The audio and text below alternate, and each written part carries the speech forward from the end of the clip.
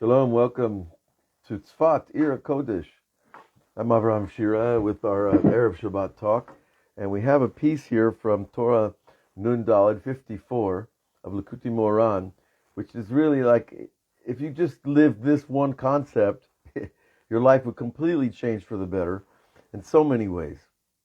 And we are in this Torah 54, we are in the second paragraph, but it's really down the road a bit from the beginning of the Torah, and in the middle of the column, Kol Yom, the Rebbe begins, we're going to start here, Kol Yom, every day, Yesh Bo Makshava Dibor Maaseh.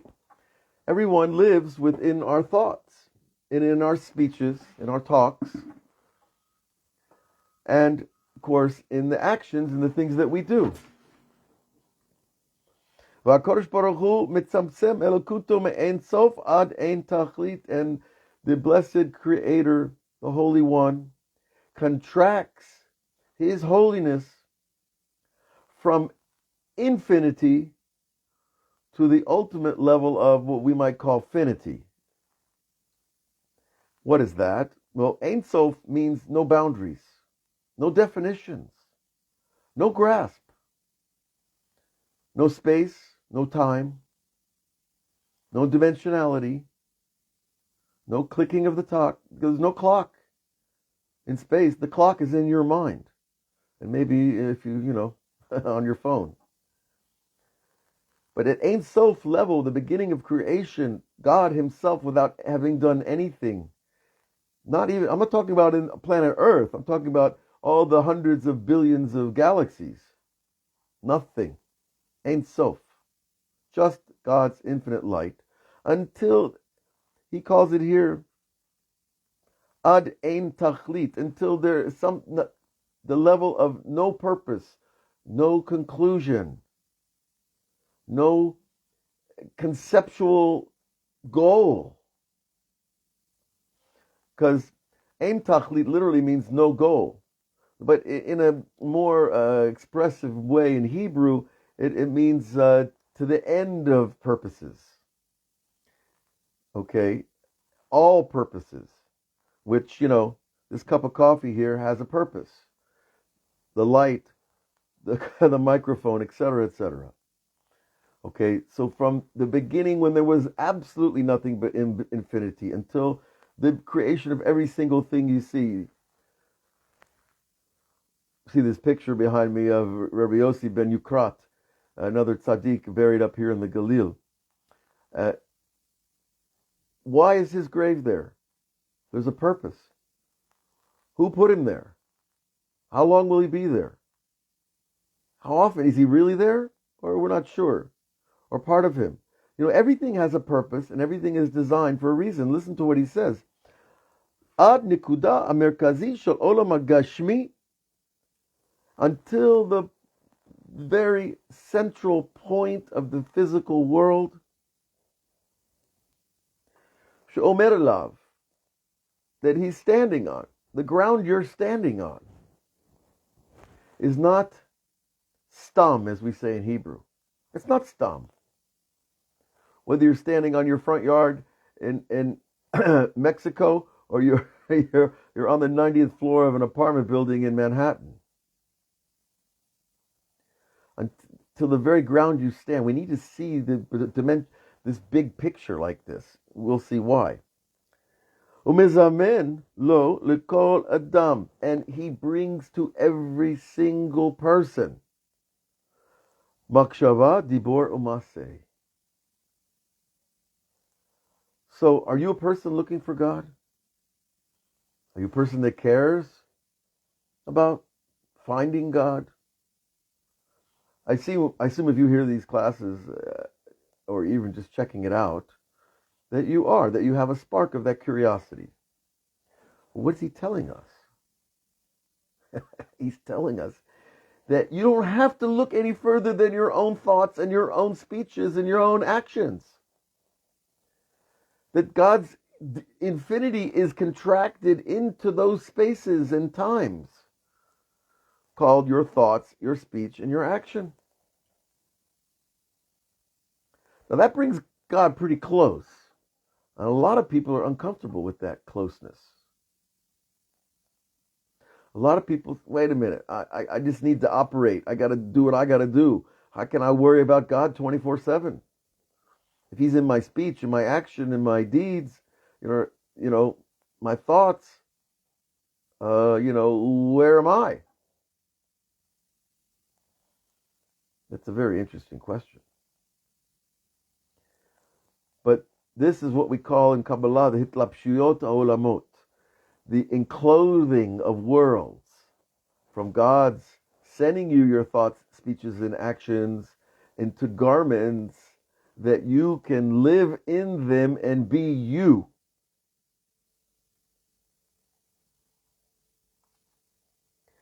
Think of an actor. The director says, okay, you're playing this part. You have to wear these clothes, you have to speak this way, maybe a different accent, maybe a different language.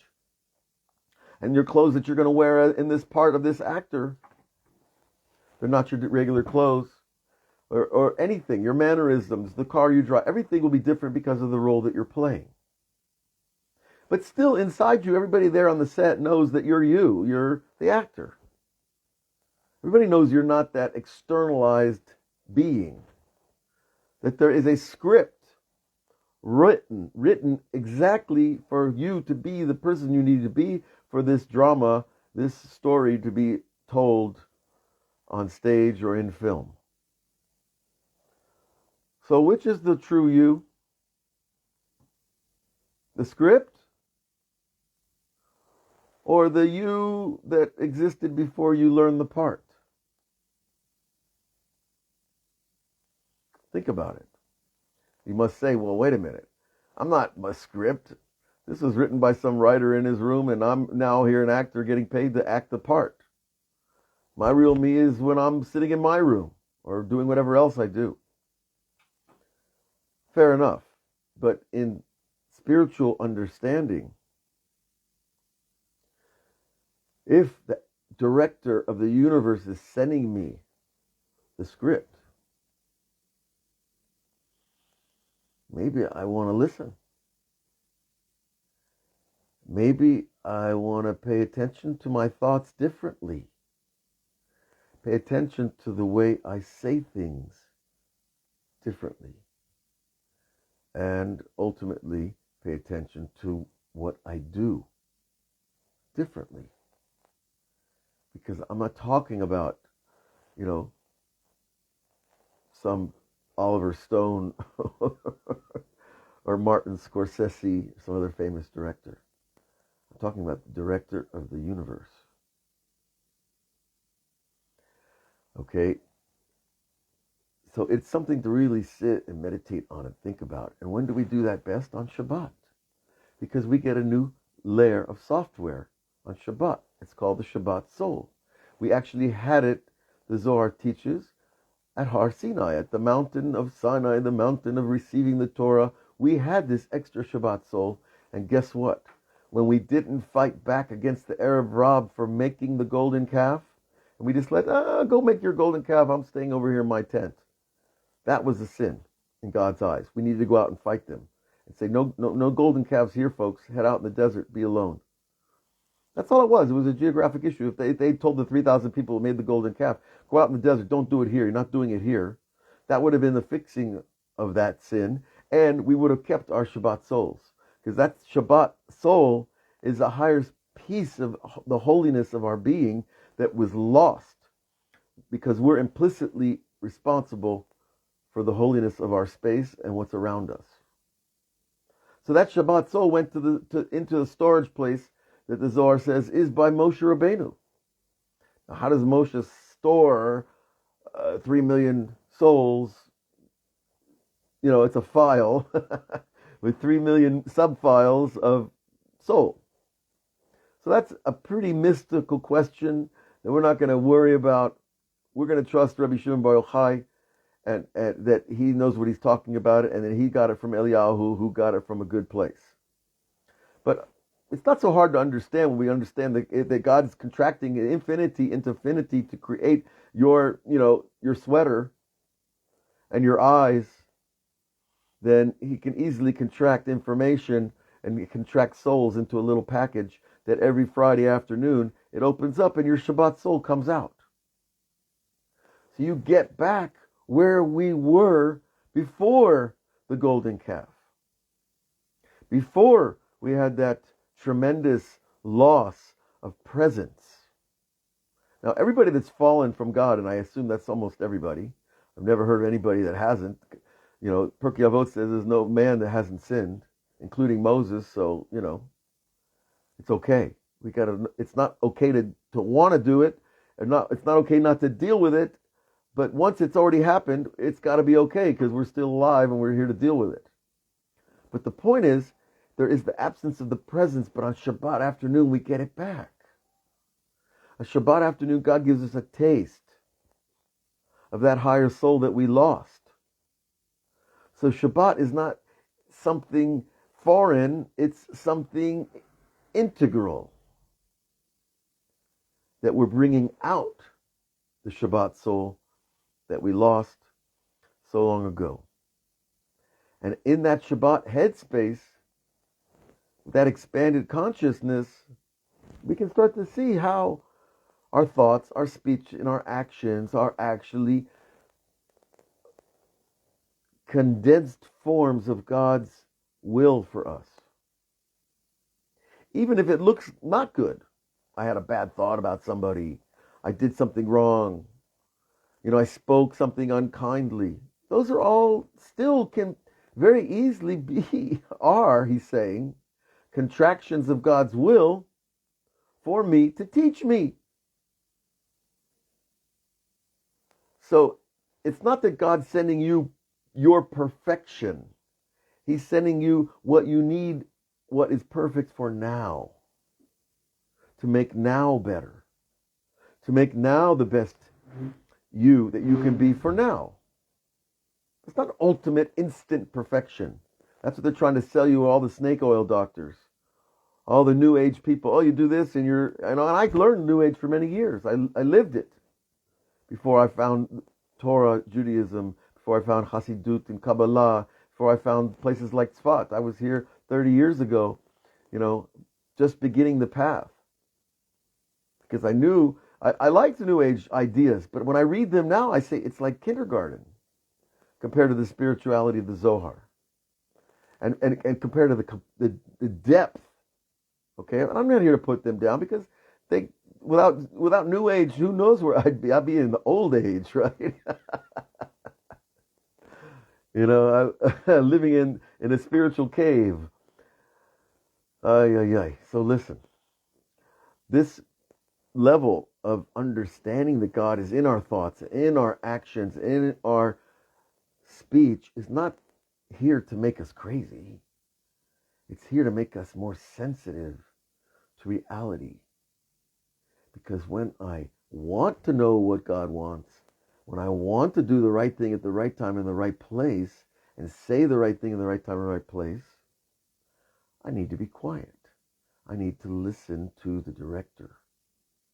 And Shabbat is the time for that quiet. Shabbat is the time to get those ideas. And they happen in Erev Shabbat when you go to synagogue and join the folks and pray together. There's always some kind of inspirations that you didn't know you had. And on the middle of the night, if you get up early on Shabbat morning, instant illumination. And it goes on like that. If we merit, all we have to do is a little bit of work. Get up, wash your hands, say Moda Ani. God, I acknowledge you. Thank you for bringing me back into my body again. And a few blessings. And let your mind will automatically be open on Shabbat night. I promise you. Compared to all the other nights of the week. And the Rebbe Nachman goes on and says, Mizamen lo b'chol adam makshava dibur ma'aseh. Every person. It doesn't say every Jew. It says every person. If he's willing to do the work to refine his tools of perception, to hear, to know, to think, to pay attention to ourselves. So it's an amazing thing. You pay attention to yourself and you find God.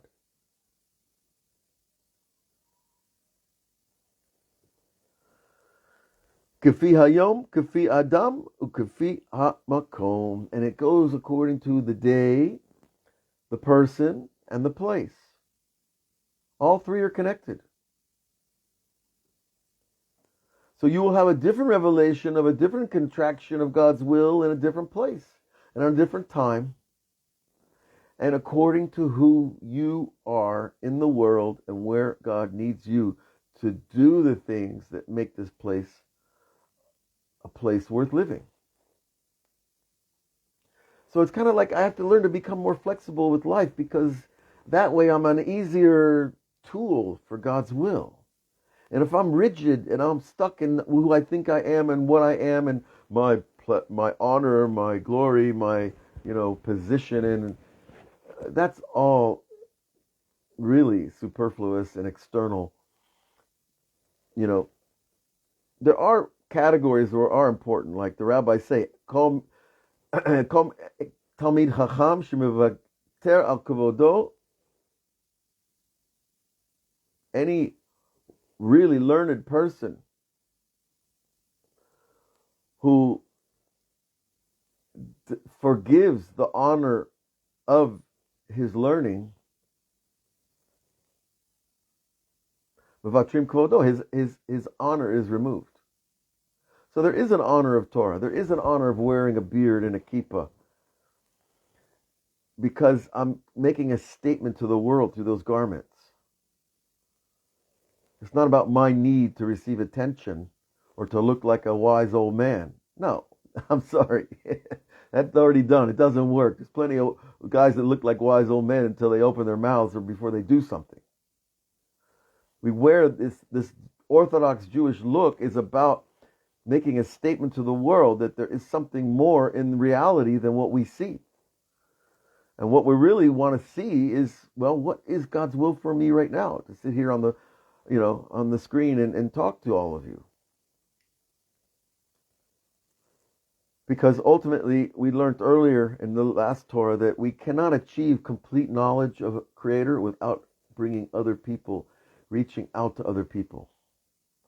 Sharing what we learn is essential to the learning process. If you know one piece of Torah, you have to give it to somebody else, and you make room for a new one, and your vessel gets bigger and bigger. If you just sit on the books alone in your white tower, I don't know if call it an ivory tower, but that sounds like an awfully expensive structure, and it might, God forbid, ivory tower. What are you going to do? Take 1,000 elephants? God forbid? No, that's not a joke. But the idea is important to remember. Without giving over what we learn, we can't grow. We can't reach that wholeness that we're after in the first place.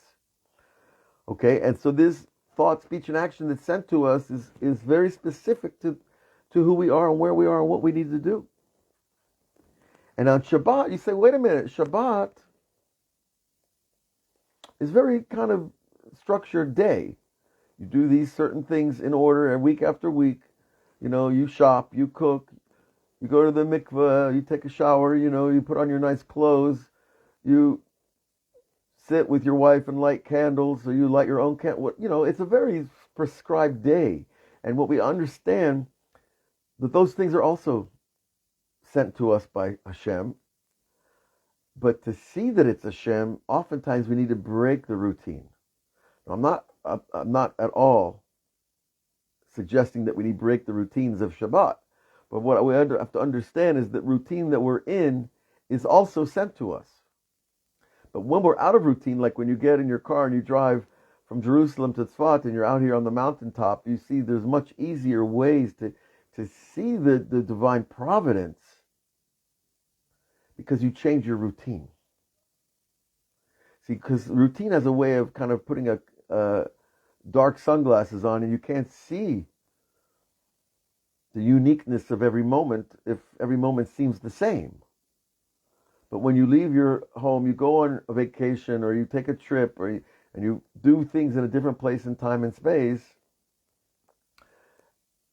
then all of a sudden you start to see messages coming out of reality that are much different and more focused and helping us in ways that we couldn't have received at home. So going on journeys, you'll notice in the Zohar, many hundreds, maybe thousands of times the rabbis are going on journeys in the midst of their revelations of new Torah. Because when you're on a journey, your mind is open, and so you can receive new Torah. And then you're going to write it down or record it in your phone and then share it with somebody else. And then you're part of what's called the oral Torah, the recording of everything that is Torah in this world. And that was a powerful moment a long time ago. They're realizing that the new Torah insights are part of the oral Torah. They might not be in the Talmud, that's okay. But they're still in you, and they're still in your notebook, and they're in other people's hearts, or they're on Facebook, or wherever they are. That's already contributing to the oral Torah, the spreading of the word of God in the world, which I think the world needs really badly right now. Okay.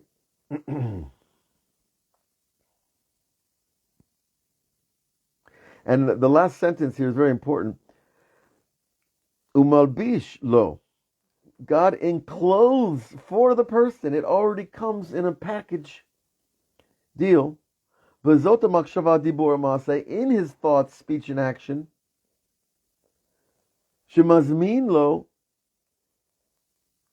remazim, that God shares allusions, clues to what we need to do, to where I need to be, to what I need to say, to where I need to go, like deciding yesterday morning, I need to go to Tzfat, I need to go to Rabbi Shimon Bar Yochai.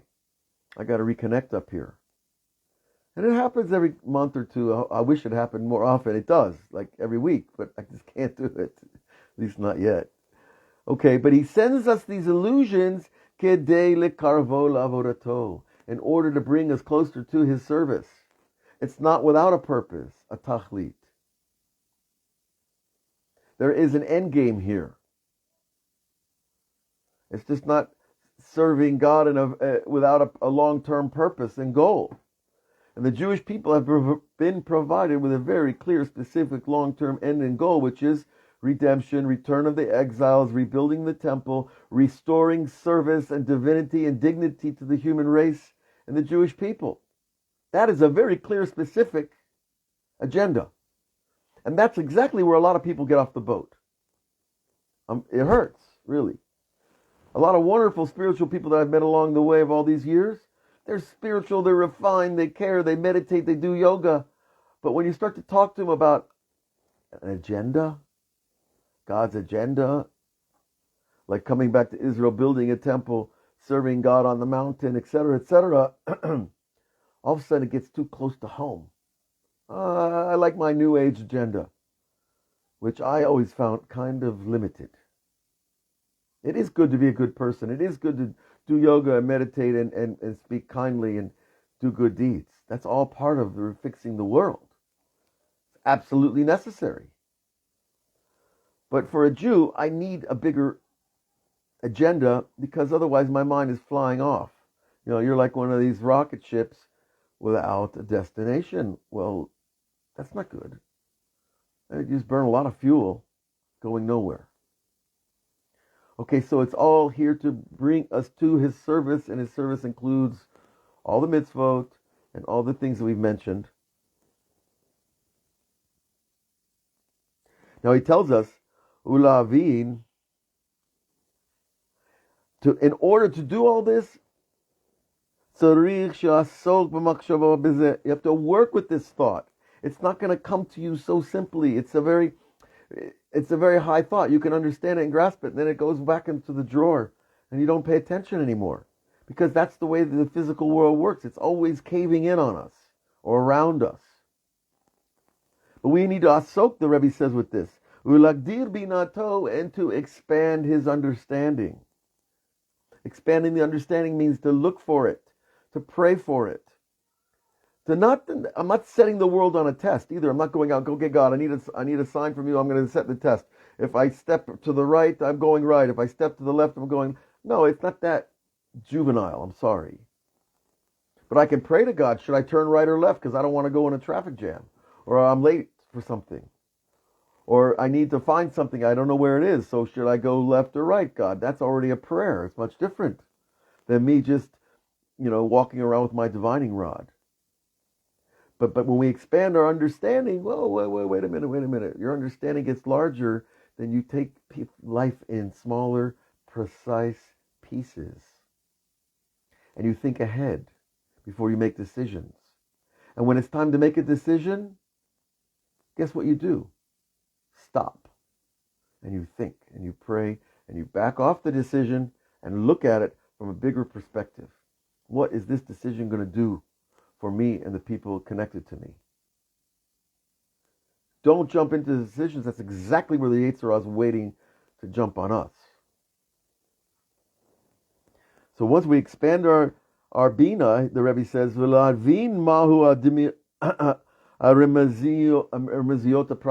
we understand these personal clues, personal allusions, the personal allusions that are enclosed in those thoughts, speeches, and actions. It happens all the time when we just train ourselves to see it. It happens so often that you can't even record it all when you get to a certain practice of this thing. When you open a book, there's exactly what I need to see. When I see a billboard that's out of the corner of my eye and it's saying one word that I need to see.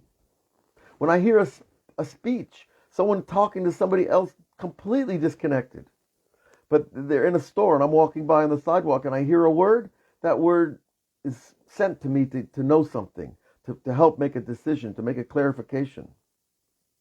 You turn on the radio and you hear an old song and your heart opens. Well, maybe that's God's gift for that moment to open your heart. A phone call out of nowhere. All of these things have very clear, precise information for us if we just learn to pay attention. And this is what he calls the remezim, in detail. Now, and it has to do with the day also, because each day is different. Some days are days you don't want to leave the house. Some days are days you want to go to the park and see the whole world and embrace everybody. Because each day is different. And there are energies flying around this world we have no idea.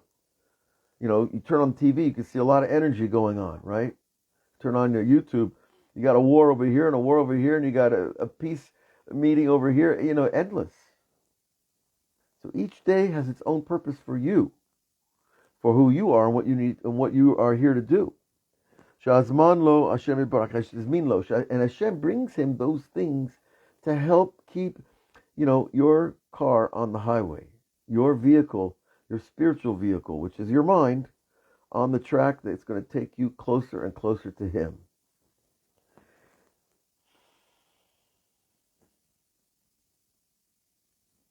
And he tells us, Hemba malacha, whether it's in your work or maso matan in your business, buying and selling, and kol min lo Hashem yitbarach b'chol yom, and everything that God brings to you every day, tzarich la'amik lagdil makshavto, need to deepen our thought and expand our thinking.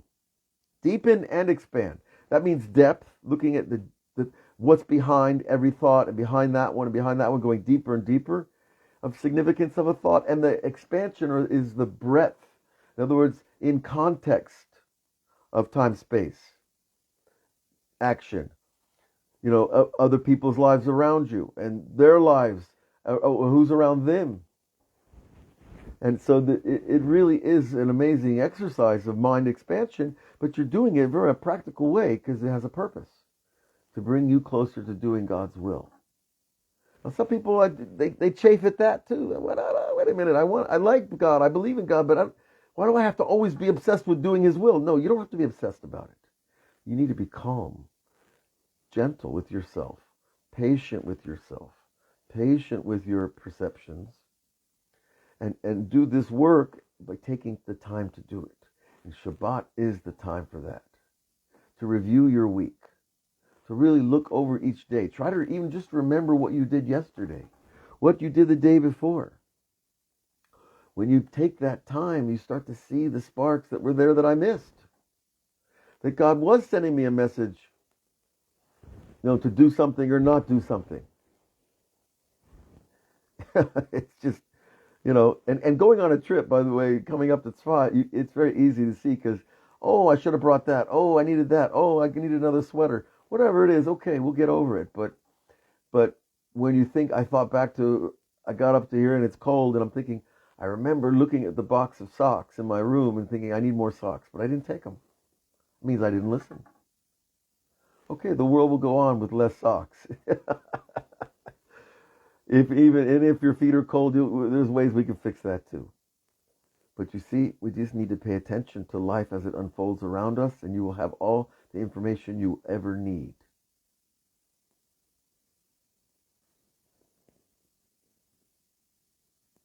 And as we expand our mind, the Rebbe says, you will see all the clues and illusions that God is sending you. Amen v'amen. Because this Torah here is something that you can do every day for the rest of your life. It's something you can teach every day for the rest of your life. Share with your wife, your children, your husband, whatever they may be, wherever they are. Because this puts the whole world on the track that we all have been longing for in the first place. That the human race was created for.